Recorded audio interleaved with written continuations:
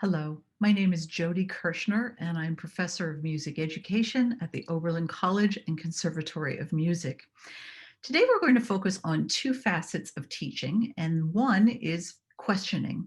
That is, how can we formulate and pose questions to our students that engage them in active learning, in creative thinking, in problem solving, and thinking critically about music and even their own performances.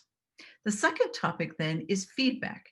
How do we provide feedback that nourishes and supports their musical growth? So let's begin. I entitled this session, the first part of the title is Discovery Learning, Questioning and Providing Feedback. Discovery learning is placed quite intentionally in the title because I think oftentimes we as teachers and senior learners are eager to share what we know with student learners, whatever the age of the student. That information, if we tell the students about what we know or facts or what have you about music, is often lost. In fact, when someone tells us something, only about 5% of that information is retained in memory of the student. Versus if the student is engaged in discovery learning, that is discovering their own and creating their own meaning of a musical idea or a technique that they're directly engaged in, as in a student-centered classroom or private lesson or studio class. The students are much more likely to retain information from that experience. In fact, we know that from demonstration alone, about 75% of information versus that 5% by telling students, by students discovering there's about a 75% window of retention of information. So let's see how we can best do that. First of all, I'd like for us to start at the very beginning to think about constructivism. Discovery learning has some very specific principles in the ideology and what we believe about students and what we believe about learning and teaching. First of all, is that students come to us with prior experiences and knowledge bases about music and life in general. And therefore, they bring to us as teachers their experience that is the foundation upon which we build. They are not empty slates, and we are not there to fill up those slates. Constructivist ideology thinks that students should be active learners, that is, hands on, actively engaged rather than a passive learner sitting back and much like what you're doing, watching a video and listening to me talk, receiving information and considering information. Rather, active learning involves discovery, exploring, taking risks, experimenting with possibilities, and then thinking critically about those possibilities, about which possibilities musically work better than others, and then discussing why those possibilities are better. The other, in terms of constructivism, is that there's a mental ordering, a mental patterning that occurs, that students are literally creating neural pathways and ways of knowing through music.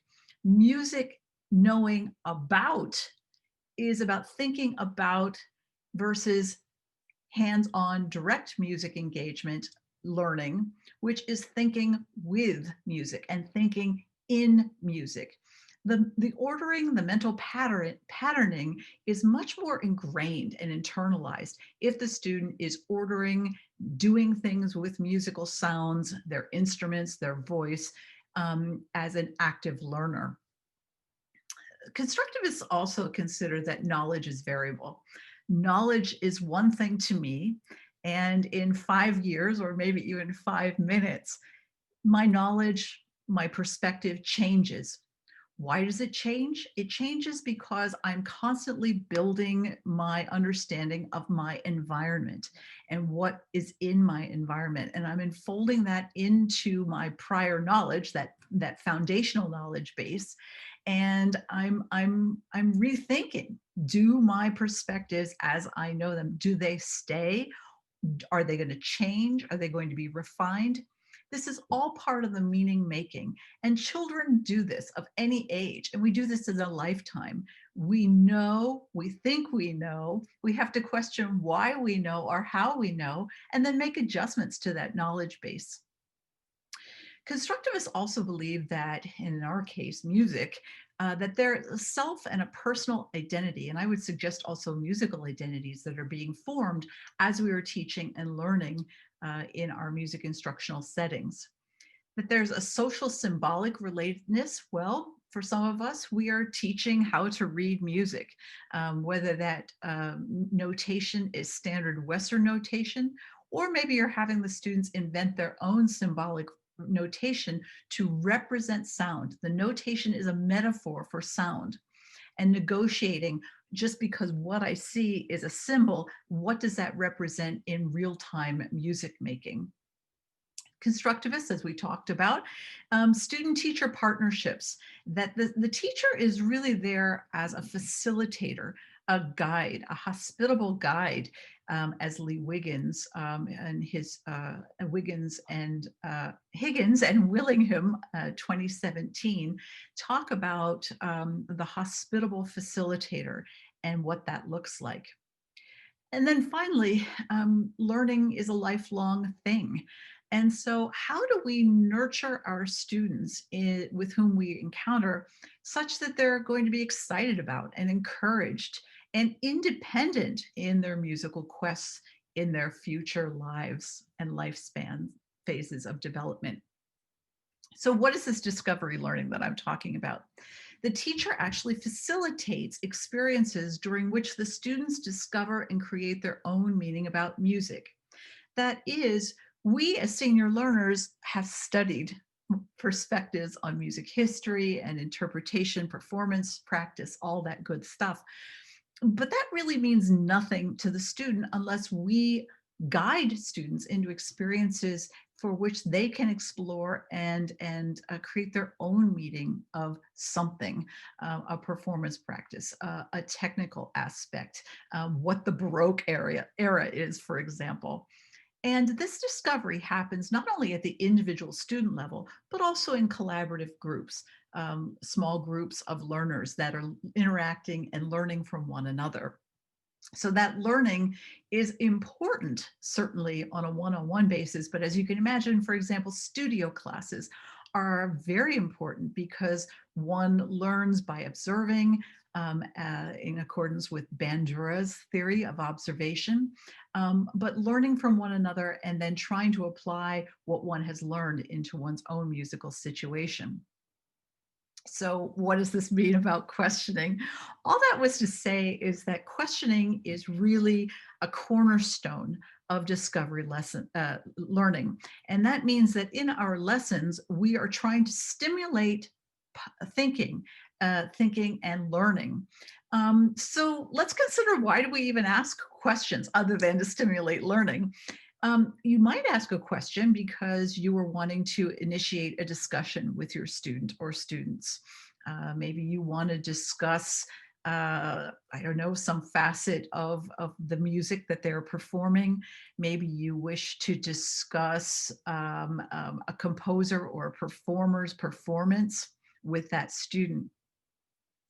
Another reason that we ask questions often is to gather suggestions, opinions, observations, and comments in order to learn someone else's perspective. That is, one asks a question so that one can better understand the perspective, maybe even the baseline knowledge of where our students are coming from.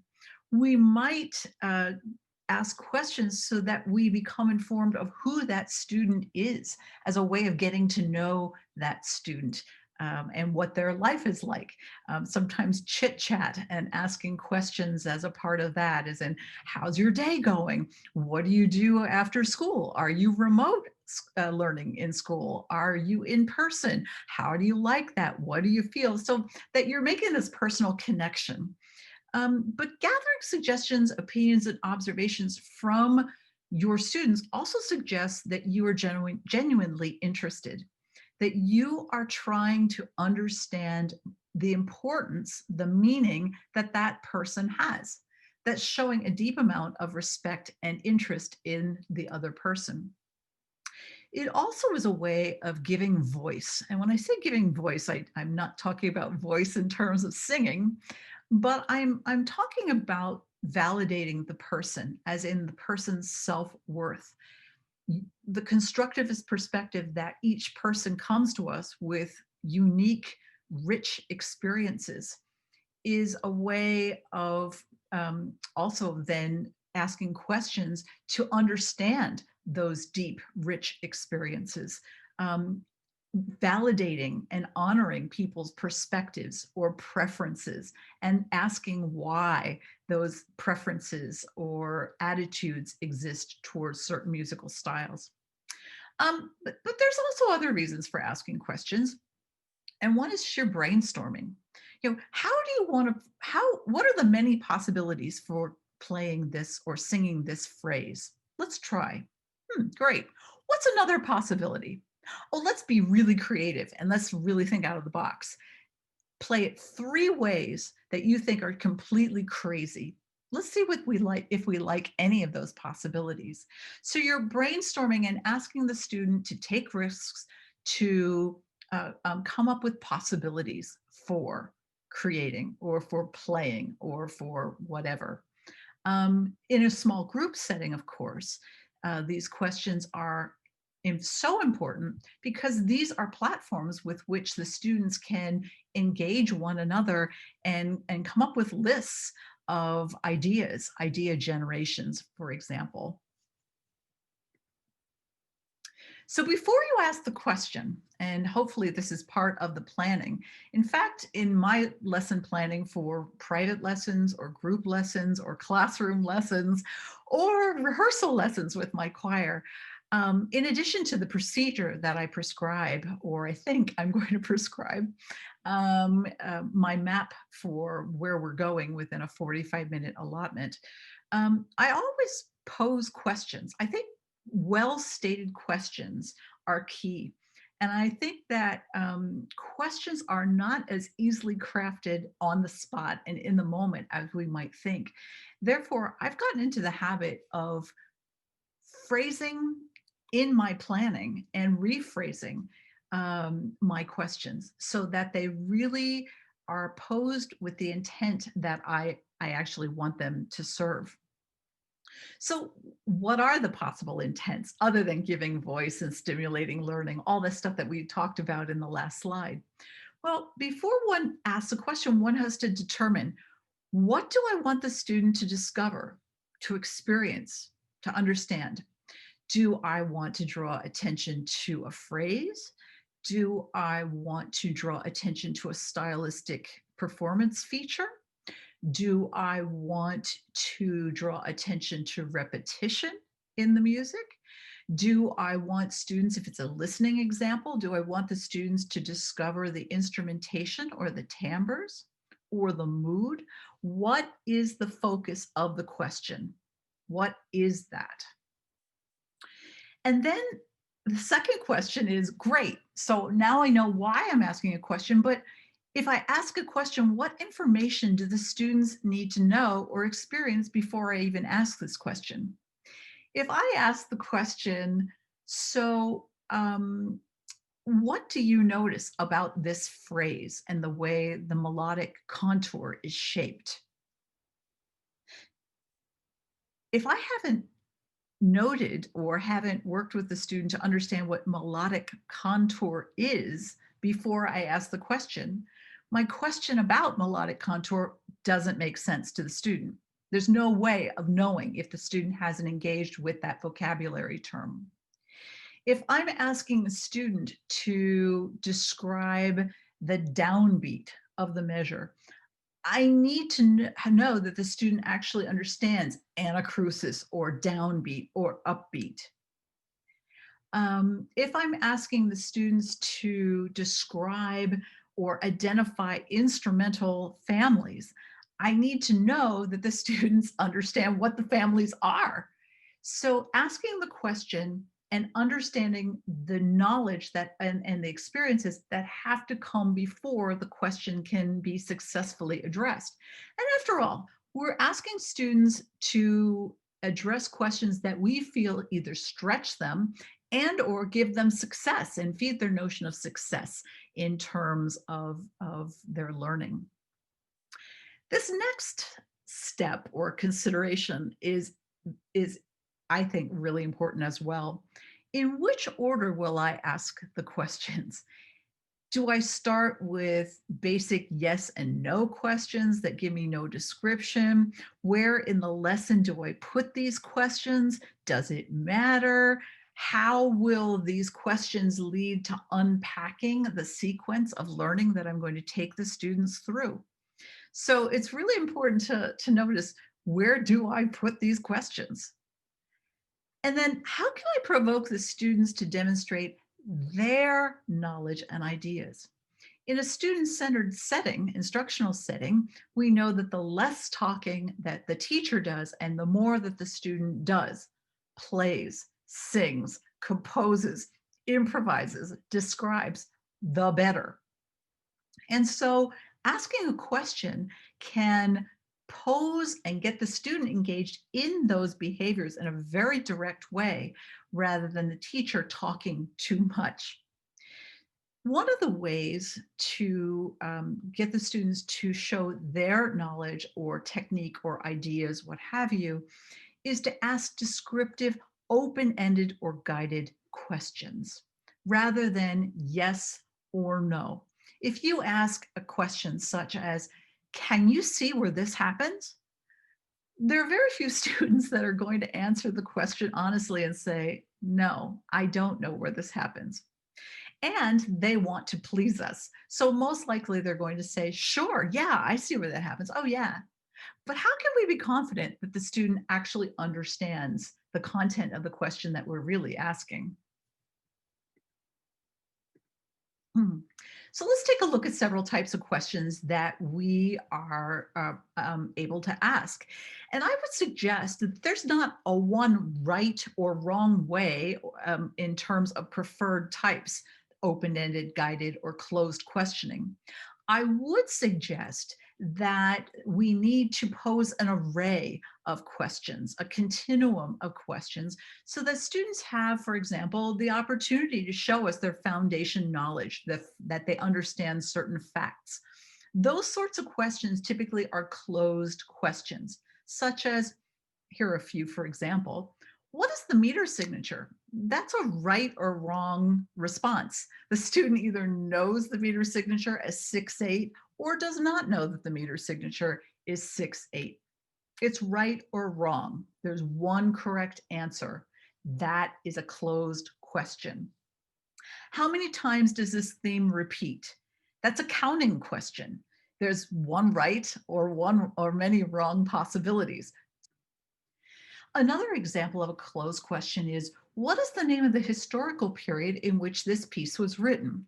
If the student says the medieval period and it was actually the Romantic period, you know that the student probably doesn't have the concept yet of those two stylistic periods. And so you need to reteach. Again, right or wrong response. That's a closed question. Let's go to the opposite end of the continuum and think about open-ended questions. These are intentionally vague questions, kind of casting the net for any and all possible responses to see the multiple perspectives that the student might have or the group of students might have. So for example, asking questions such as, why? Or why do you think that? Or what did you notice after they have listened to something or after you've demonstrated something? You know, what did you notice about that?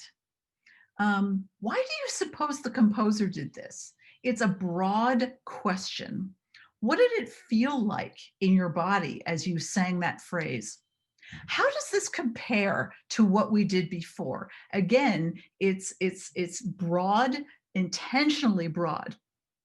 I would suggest, however, that in most of our studio teaching, classroom teaching, that because of time constraints and because we're really wanting to hone in on having students notice, discover something specific, we ask what are called guided questions.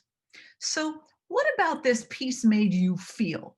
Notice that you just didn't say, tell me what you think about this piece. You're talking about the feeling. You're directing the student to consider what in the music made you feel something. So, something musical that made you feel something. It's more pointed in the direction of the question. How did the texture change? Well, instead of saying, how did the music change? Where the student could maybe describe the rhythm or the pitch or the dynamics, you're asking, how did the texture change? You're directing the student's attention and focus of discovery and description on the texture. Finally, another example, what would it sound like if we changed the dynamics? So you're not asking the question, so what would it sound like if we changed this piece? That's an open-ended question, and it's certainly valid at certain points. But if you are wanting the student to go deep in the moment, and again, saving time, it might be best that you point the direction of what exactly you want the student to think about. In this case, the dynamics.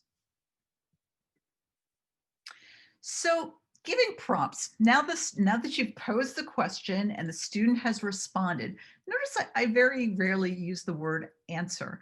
I think students respond. Answer invariably implies that there's one right or one response. So I would encourage you to start using the words respond. When you say to a student, give me your response to, or how would you respond to this question, rather than how would you answer this question? Again, I think it opens the door for more broad discussion. So question, response. And now here, what do we do with these responses? Well, we can follow the responses with a follow-up question. If the student says, this music sounds like a dance, the intellectual curiosity of the teacher would beg them to ask the question, what specifically about the music made it sound like a dance? And then let the student answer that guided question. You might also think about follow-up prompting statements. These are not questions, but they're used to get the student to describe more, to engage in a bit more. So the student says, this music sounds like a dance. The teacher might respond, tell me a little bit more about that. Or tell me how you arrived at that. Ah, that's interesting. Tell me more. Could you provide a little bit more information about that? Or, interesting. Help me understand what you mean by that statement. So you're prompting the discussion, the student's portion of the discussion, forward.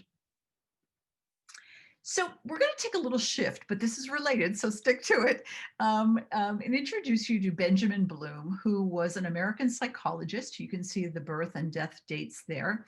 And he created what's called as the Bloom's taxonomy. And let's just take a look at this taxonomy, because I'm going to ask you to think about how we can pose questions or prompts, directives, at each of the levels so that we as teachers move the students from basic knowledge or low level thinking. And by the way, that's important because if students don't have that basic knowledge foundation, you can't build the pyramid to what we call higher levels of thinking at the analysis, synthesis, and evaluation portions of learning. So notice the verbs, the action verbs here in terms of knowledge. And if you were giving a prompt, you could say, define this, or describe this, or how would you describe, or how would you identify? You could use any of these verbs in formulating the questions at the knowledge level. Basic facts, remembering and recalling information. At the comprehension level, they're grasping the meaning of the material. It's not just identifying, but it's getting a little bit more savvy in using the material. You might want to ask again the student to describe or discuss or interpret or locate. And we'll go through some examples of questions at each of these levels. Application. How can you play or sing or demonstrate this concept, whatever the concept is that you're talking about? Where can you find this information in your music? Where is it found in a new piece of music? Can you play it or sing it or think about it in a new context as well?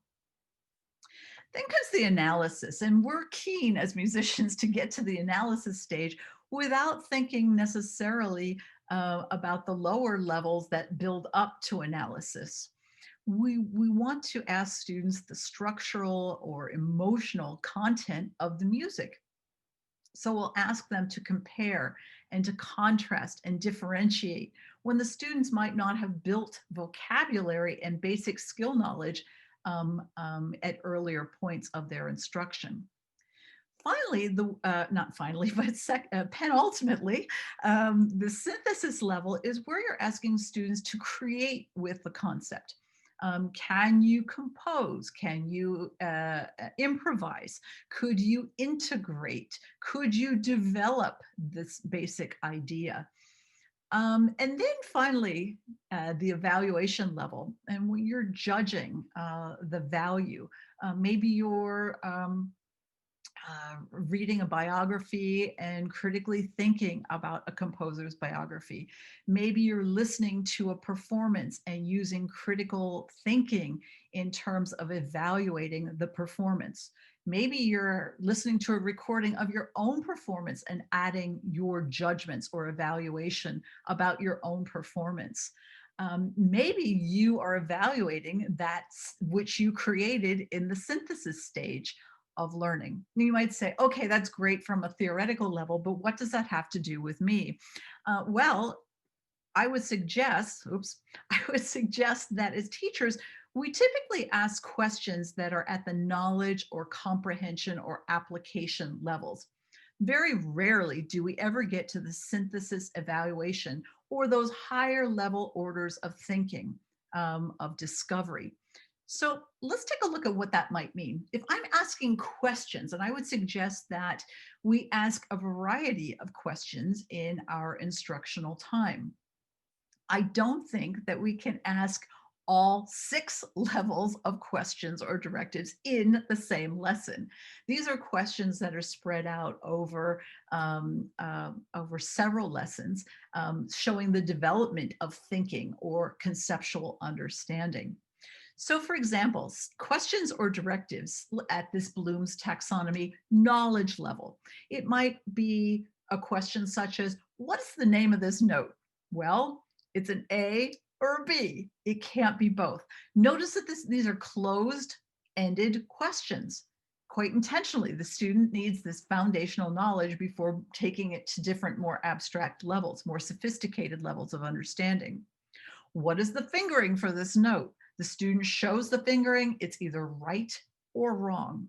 Which instrument plays this if you're doing a listening lesson sort of thing? Comprehension. Where does the note reside on the bass and or treble clef? So now not only recognizing a note name, but where does it reside on a clef, on the staff, on the musical staff? Which family does this instrument belong to? Well, again, it's a broader context. If it's a violin, how does that violin fit in with other instruments of the orchestra? Well, string family. And then application level. Where does this theme appear in your music? If you've had the student play a theme, where else is this theme found in your music? Circle it or put a check mark above it. How would we play or demonstrate a major scale? If you've been talking about building scales with half steps and whole steps, what would that look like if we began on a G instead of a C, or an A versus an F sharp? So again, you're taking note names where they belong in a staff and now demonstrate it. How would you play a scale, for example? The next 3 levels, again, these are the 3 levels that are considered higher order level thinking. So for example, How does the A section compare to its return, or A prime? So now we're comparing and contrasting, and the students get to describe much more. Through these descriptions, we learn much more about students' understanding. How does this rhythm compare to the original rhythmic idea?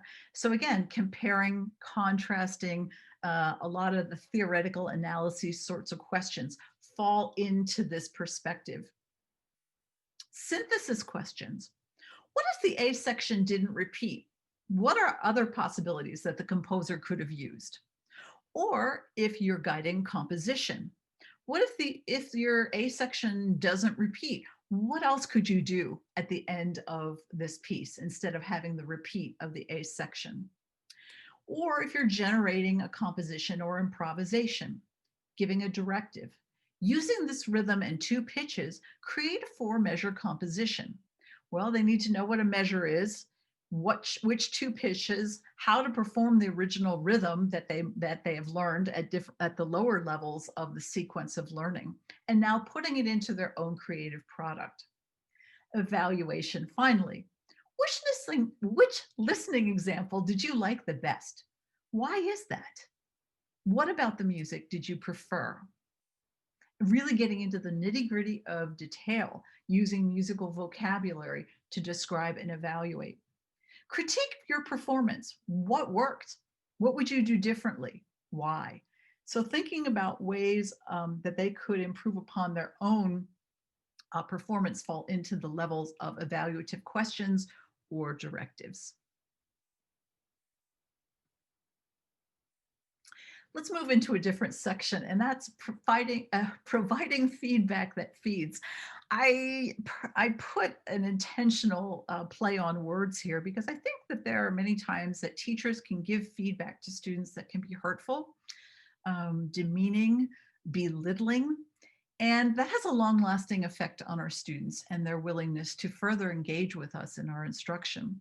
So we're going to think about the best ways, how we can become masterful at providing feedback to students that gives them specific information that they can use to improve and also to do it in a way that is constructive and empathetic. Some general considerations that I might suggest to you would be this. I think our words and our vocal tone matter. The way we present our words matter to our students. Notice the difference in the tone between these two statements. Here's the first statement. Your performance is so different than it was last week. Well, this is certainly not the performance that I was expecting from you, especially given what you did last week. Do you hear the tone difference, the bitiness of tone? The one, your performance is so different from last week. I didn't say it was better. I didn't say it was worse. I said it was different. So that invites the question to the student, what do you think is different this week? Whereas the other, well, this is certainly not the performance I was expecting from you this week, especially given what you did last week, is a more accusatory sort of comment. It is blaming, even though we might not know what the student's week was like or reasons for the performance being different. There could be very valid reasons that we perform differently at different times. Why wouldn't we extend that same courtesy and understanding to our students? Here's another one. Ooh, you did it. Versus, I don't know what you're saying. You did it. Versus, I don't know what you're talking about here. So stating things that are supportive versus, I have no clue what you're talking about, suggests that the student is stupid or inarticulate. Again, you're saying, oh, you're not talking to me so that I can understand, versus maybe it's the teacher who needs to understand what the student is trying to say. Here's another Here's another comment. See if you can tell if this is one that feeds or if it starves in terms of the feedback. I'm not sure about the description you provided. Let's listen again and see if we can add more specific words this time versus, I don't know what you're saying. The first version again is, I'm not sure about that description. Let's listen again and see if we can add more specific words this time to your description. Notice that opens the invitation to continue to add, to expand one's knowledge bases. And also notice the inclusive language. Let's try this again, or we're going to have to think about this a little bit more. The we and the let's versus you. The you as an accusation. I think also that our general feedback needs to be honest, direct, and encouraging. Oftentimes, novice teachers will say, but what if the student gives the wrong response? Well, tell them that. Be honest. Nah, no, actually, that's not the right answer, but let's try it again. Or your response is kind of missing the point. Let me try to rephrase my question. Let's see if we can, let's listen again, or let's try this again and see if we can come to a different response so that we get closer to the ballpark. So you're telling the student when they're off the mark, you're telling the student, oh, okay, the rhythm isn't quite right here. So let's see if we can figure this out together. Is a way of framing it rather than saying, yeah, the rhythm's wrong, fix it. Fix it. You haven't told me how to fix it. You haven't guided me in fixing it. So your honesty and the directness, the sincerity has to be done in a way of showing and guiding and encouraging. Also offering feedback from the position of empathy rather than blame. The teacher doesn't need to say, I really like that you did this. I like? Why is that important for you to insert that as a teacher when you're giving the student feedback? I like the way. Another way of saying that would be, it's really effective musically in this piece, the way you did X, Y, or Z. If you use words like I like, or oof, I'm not sure that I really don't care the way for your interpretation in this way. I think it's off the mark. If you put in those judgment statements, you are developing a reliant student, a student that is dependent on your opinion and pleasing you, the teacher in authority.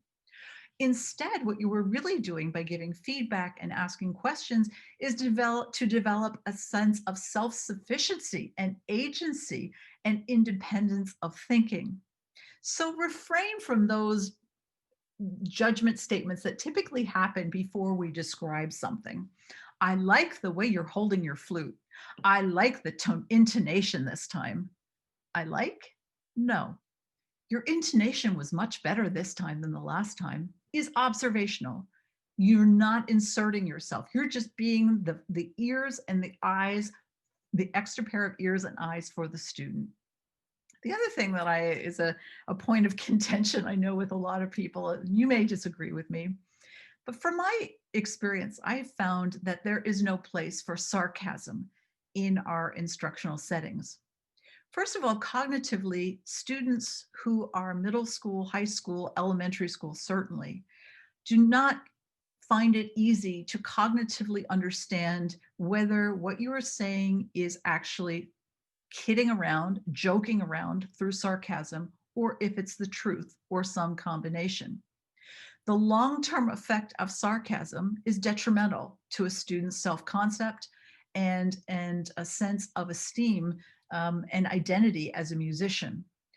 I would encourage you to stay away from sarcasm. Well, that sounded awful. Now, that's a fine line, isn't it, between joking and lighthearted joking around.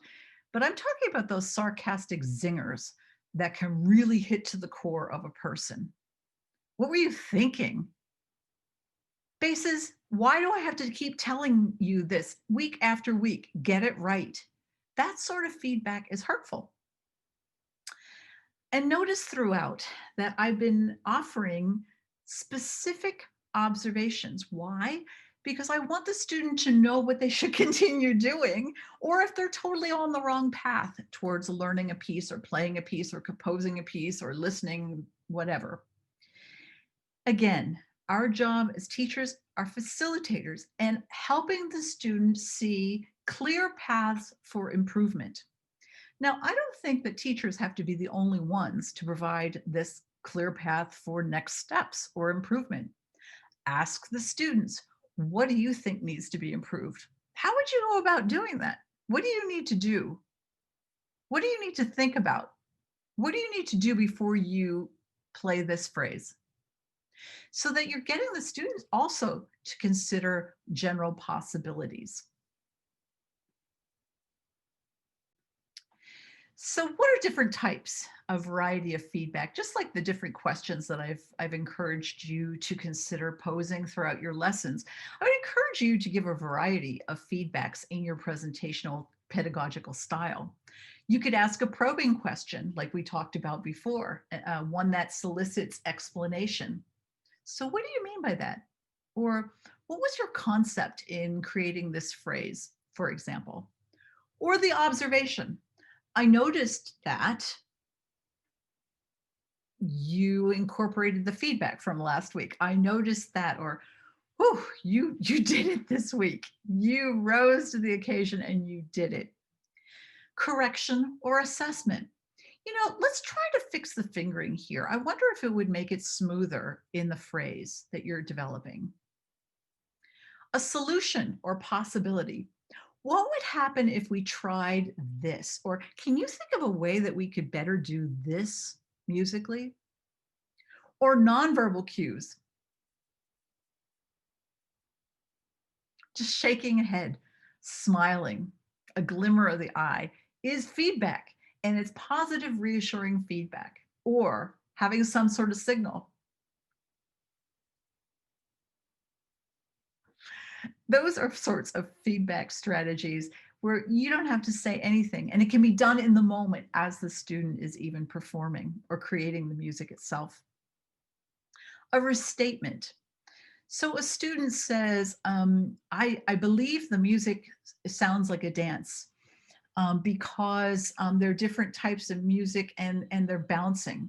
You could restate and say, what I think I'm hearing you say is that the instruments and the timbres, that's a very light articulation and they're moving towards the downbeat. Am I close to what you were saying? Or is there something that you want to add? Encouragement. I know you can do this. You've done it before. This is tough. I know you can do it. Let's come up with a plan to figure out how we're going to tackle this next section of music. And acknowledgement. I can tell you've practiced this week. I know how much work you've put into this. I know it's a tough time at home.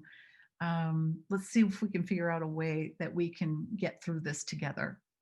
All of these are specific ways of feeding in a way that are compassionate, empathetic, and scaffold, nurture the learning of a student. So that's the end of our presentation. What are your takeaways? What are two things that you're going to try with your students in your next lessons? What are things that you have questions about? What possibilities are you finding kind of incredible, or you're thinking that would be very difficult to implement? How will you try to find out if they're difficult? How will you get more information about those strategies?